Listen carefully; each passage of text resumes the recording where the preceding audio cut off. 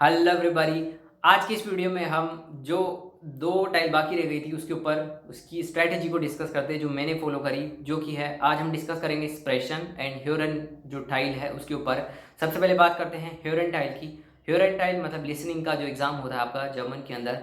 सबसे पहले एक चीज़ जो मैंने सबसे ज़्यादा फॉलो करी है वो है पॉडकास्ट को सुनना। पॉडकास्ट किसको कहा जाता है? पॉडकास्ट ऑडियो फाइल जो होती है उनको कहा जाता है। जैसे स्पॉटिफाई पे आप जाके गाने सुनते हो, उसी तरीके से कई और जो फाइल होती है ऑडियो फाइल्स उन्हीं को पॉडकास्ट कहा जाता है। लेकिन पॉडकास्ट एक है ब्रॉडर टर्म है जो बहुत सारे टॉपिक्स को इंक्लूड करती है। म्यूजिक ही नहीं आता, बाकी सब चीज़ें भी आती है, मोटिवेशनल, भजन, सॉन्ग्स एसेट्रा, सारी चीज़ आती है पॉडकास्ट के अंदर। एक चैनल जो मैंने सबसे ज़्यादा फॉलो किया है वो है easy German. Easy German podcast it's amazing podcast, you must listen. आपको वो जरूर जरूर सुनना चाहिए। और वो एक ऐसी मतलब ऐसा पॉडकास्ट है जिसको आप अच्छे से समझ सकते हो, आप चाहे किसी भी लेवल का हो। अगर आपका B1 लेवल है तो आप आसानी से उसको समझ सकते हो और नई नई वोकेबलरी आप सीख सकते हो। तो अगर इजी जर्मन अगर अगर इजी जर्मन के अंदर जो दो पर्सन थे, कारी और मानवर, और उनकी जो भी मानवेल और उनकी जो अदर टीम थी, अगर वो मुझे मिले तो उनको मैं कॉन्ग्रेचुलेट करना चाहूँगा। मतलब उनको इतना थैंक्स कहना चाहूँगा जिसका मैं क्या बताऊँ। मतलब उनकी बदौलत ही मतलब मैं अपना लिसनिंग स्किल है उसको इम्प्रूव कर पाया। सो आपको इजी जर्मन जो पॉडकास्ट है वो सुनना चाहिए। आपके ऊपर है, अदर बहुत सारे पॉडकास्ट है, आपको कौन सा अच्छा लगता है आप उसके साथ बिगिन कर सकते हैं। और अगर आपको पता नहीं कहाँ से स्टार्ट करी जाए तो स्पॉटिफाई आप डाउनलोड कर सकते हैं, या आप गूगल जो पॉडकास्ट है उसके ऊपर डाउनलोड कर सकते हैं।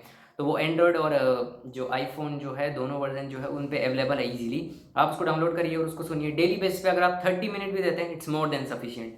30 मिनट में बस, जब आप किसी भी जर्मन चीज़ को आप सुन रहे हैं, लेट से पॉडकास्ट सुन रहे हैं या कोई जर्मन न्यूज़ सुन रहे हैं, अगर आपको पसंद है तो आप सुन सकते हैं। अगर आप किसी भी चीज़ को सुन रहे हैं तो ये हमेशा ट्राई करिए कि आप कितना परसेंट समझ पा रहे हैं। अगर आप 80 से 90% समझ पा रहे हैं out of 100, definitely your listening skill जो है आपकी वो अच्छे से बेटर है, आप उसके लिए तैयार हो। अब हम आगे बढ़ते हैं। अब दूसरी चीज़ और इसके साथ साथ में जब आप पॉडकास्ट अगर पूरी तरीके से तैयार है तो आप इसके बाद में आप एक और चीज़ कर सकते हैं जो कि है मॉडल के साथ आप बिगिन कर सकते हैं।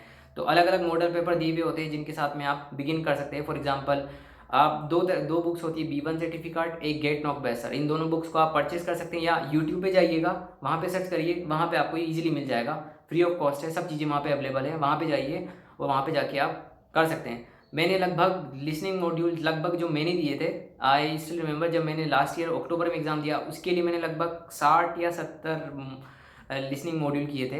लेकिन जब इस साल जो मैंने एग्ज़ाम दिया उसके लिए सिर्फ मैंने 15 या 20 मॉडल पेपर तैयार किए थे। तो वो आपके ऊपर है कि आपकी प्रिपरेशन कितनी है। अगर आप स्कोर अच्छा कर पा रहे हैं मॉडल पेपर के अंदर, then you are ready for the exam. और बेस्ट पार्ट क्या है कि जब भी आप लिसनिंग एग्ज़ाम देते हैं तो वहाँ पे टाइल्स वाइज होता है, मतलब जो सेकंड पार्ट होता है लिसनिंग एग्ज़ाम के अंदर, वो सबसे ज़्यादा थोड़ा टिपिकल होता है क्योंकि इसमें जो इन्फॉर्मेशन होती है वो आपको एक साथ बताई जाती है, किसी तरह का गैप नहीं होता। बाकी सब में थोड़ा बहुत गैप होता है। तो आप बेटर ये करिएगा।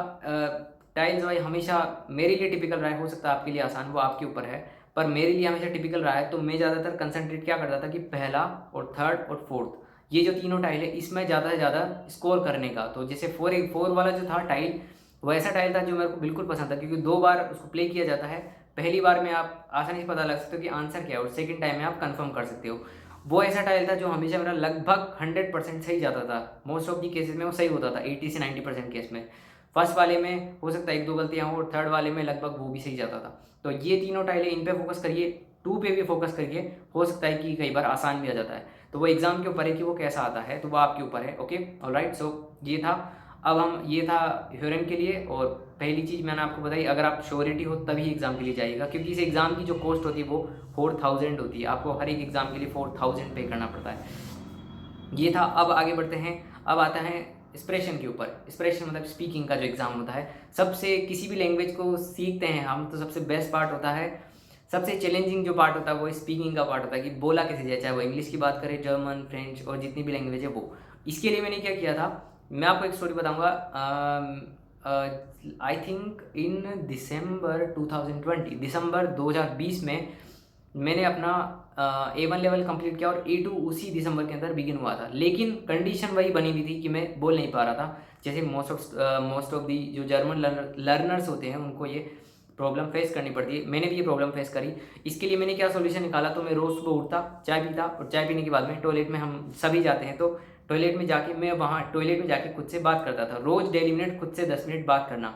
ये इंपॉर्टेंट नहीं है कि मैं गलती कर रहा हूँ या नहीं कर रहा हूँ, डजेंट मैटर, बट मैं बोल रहा हूँ। बोलने से क्या होता है, फ्लुएंसी आती है, मतलब आपकी उस लैंग्वेज पे पकड़ होती है, आपकी एक आदत आपकी वो स्पीकिंग में आने लग जाता है, आपकी फ्लुएंसी में वो धीरे धीरे आने लग जाता है। तो धीरे धीरे लगभग मैंने 1 साल तक इस प्रैक्टिस को फॉलो किया, लगभग रोज़ टॉयलेट में जाना और बात करना। इवन जब मैं कॉलेज में था, मैं अपने दोस्तों के साथ रहते थे जिस अपार्टमेंट में, वहाँ पे भी मैंने इस स्ट्रैटेजी को फॉलो किया, रोज़ टॉयलेट में जाना और 10 मिनट खुद से बात करना।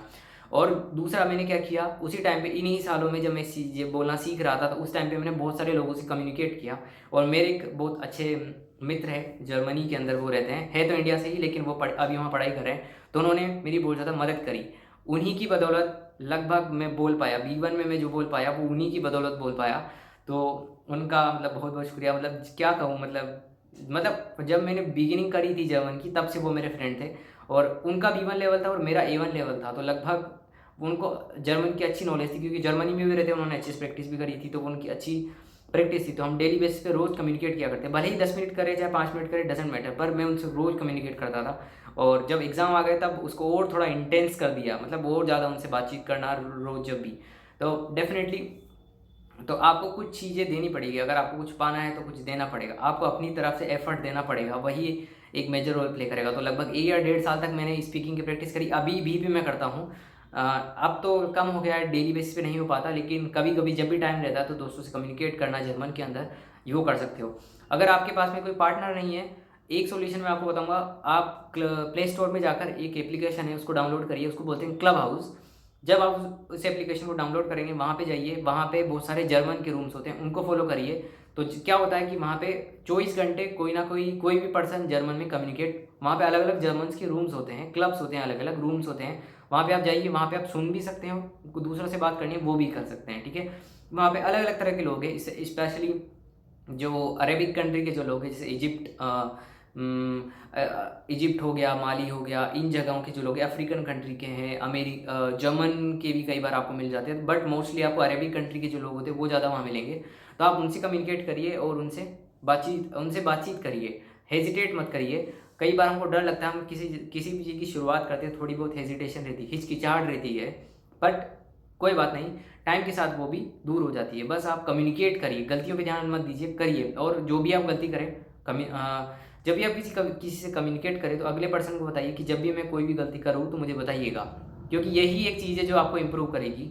तो मैं भी जब अपने दोस्तों से बात करता था, तब मैंने भी उनको बोल के रखा था, जब भी मैं भी गलती करूँ, तुरंत आप मेरे को उसको करेक्ट करवाइए। तो मैं उसको करेक्ट करता था, करते करते गलती करी, फिर करेक्ट, फिर गलती करी, फिर करेक्ट किया, करते करते करते करते फाइनली अब जर्मन अब मैं बोल पाता हूँ, मैं कम्युनिकेट कर पाता हूँ, किसी से बात करनी तो मैं कर सकता हूँ, ठीक है, इस तरीके से। तो ये, और अगर आप इस एग्ज़ाम के लिए तैयार हैं तो एक चीज़ का और ध्यान रखिएगा कि किसी भी तरह की गलती मत करिएगा। जब भी आप कोई कुछ भी बोलते हैं तो गलती मत करिए। जैसे हम जब वाइल का यूज़ करते हैं तो वर्ब एंड में आती है, जस का हम यूज़ करते हैं तब एंड में आती है, ओबोवोल का यूज़ करते हैं तब एंड में आती है, इस तरीके से। डेजहाल भी यूज़ करते हैं तब सेकंड नंबर पे आती है, वो हाउट जात होता है, सेकंड नंबर पे आएगी, फिर आएगी सब्जेक्ट आएगा, इस तरीके से। तो इन चीज़ों का ध्यान रखिएगा, तो ये आपके लिए इम्पोर्टेंट है। और सबसे ज़्यादा इम्पोर्टेंट क्या है, स्पीकिंग अगर आपको करना है तो एक ही चीज़ जो सबसे ज़्यादा कारगर साबित होती है वो होती है प्रैक्टिस। जितनी आप प्रैक्टिस करेंगे उतना ही आपके लिए बेनिफिशियल रहेगा।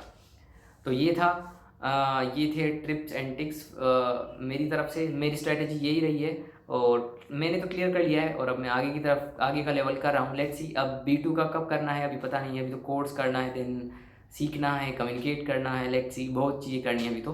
बट लेकिन ओके, ऑल द राइट। अगर आप अपने एग्जाम के लिए जा रहे हैं तो best of luck for your exam and give your best shot from your side, give your 100% in your exam. एक चीज़ और, जब भी आप एग्ज़ाम देने जा रहे हैं तो कुछ लोगों को, मतलब कुछ स्टूडेंट्स को ज़्यादा स्ट्रेस होता है या चिंता इस चीज़ की रहती है कि मैं पास होऊंगा या नहीं होऊंगा। मैं यहाँ पे एक ही चीज़ कहूँगा कि रिजल्ट आपके हाथ में नहीं है, आपके हाथ में सिर्फ आपकी प्रिपरेशन है। तो सेल्फ प्रिपरेशन पे आप ध्यान दीजिए, ऑटोमेटिकली सब चीज़ें अच्छी होगी। अगर आपने सही तरीके से तैयारी करी है, डिसिप्लिन होगी चीज़ें करिए, तो ऑटोमेटिकली आप इस एग्ज़ाम को क्लियर कर लोगे। इसमें कोई चिंता की कोई बात नहीं है, तो चिंता मत करिए। चिंता एक लाइन थी कि चिंता मत करिए, चिंता दीजिए।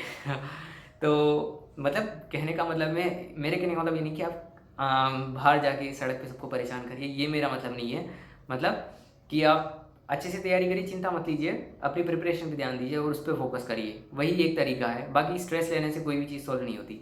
Okay, alright, so that's all, best of luck. और अगर आपके पास में कोई टिप है या कोई ट्रिक है या कोई भी स्ट्रैटेजी जो आपने फॉलो करी है एक्सप्रेशन के अंदर एंड ह्यूरन के अंदर, तो प्लीज़ कमेंट्स में लिख के बताइए। इट्स ये हम सभी के लिए हेल्पफुल रहेगा।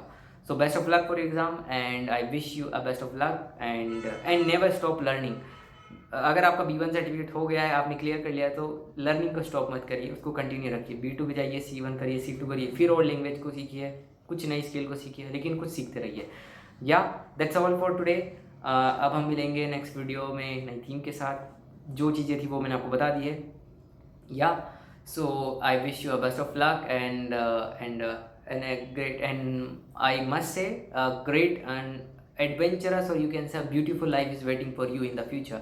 एक सुंदर सा भविष्य आपके लिए इंतजार कर रहा है, तो बस आप आगे बढ़ते रहिए, वो आपको मिलेगा। Okay, so bye, good night and best of luck and schönen Tag noch, and bis dann and inspiring German.